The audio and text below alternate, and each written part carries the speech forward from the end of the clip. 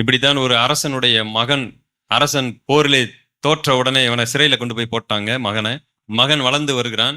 அவன் தான் ஒரு பெரிய அரசனுடைய மகனாக இருந்ததெல்லாம் மறந்து விட்டது. சிறைச்சாலை அடிமை வாழ்க்கை டோட்டலாவே அவனை மாத்திருச்சு.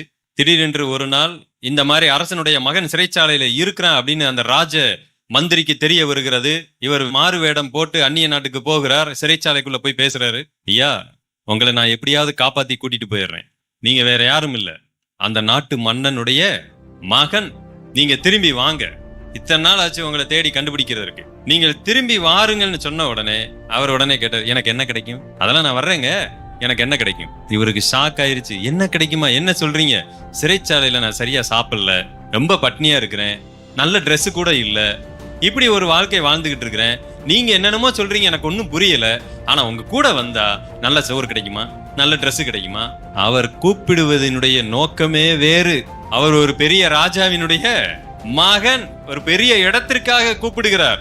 ஆனால் இவருடைய வாழ்க்கை எப்படி இருக்கிறது என்று சொன்னால் மிக மோசமான நிலைமையில் இருக்கிறதுனால அதை பற்றி இவரால் சிந்திக்கவே முடியல. அந்த ராஜதந்திரி முடிவெடுத்தார், இனி இவரை கொண்டு வந்தாலும் எந்த பிரயோஜனமும் இல்லைன்னு போயிட்டார். எனக்கு அன்பானவர்களே, நாம் பரலோக வாசிகள் என்பதை நீங்கள் மறந்து விட வேண்டாம். இந்த உலகத்தில் அல்ல, பரலோகத்தில் தான் நமக்குரிய எல்லாமே இருக்க போகிறது. தேவன் நமக்கு வைத்திருக்கக்கூடிய மிகப்பெரிய ஆசீர்வாதங்கள், என் கண்ணுக்கு மறைக்கப்பட்டவைகள், இவைகள் எல்லாமே பரலோகத்தில் எனக்கு தேவன் வைத்திருக்கிறார். அதை நீங்கள் மறந்துவிட வேண்டாம்.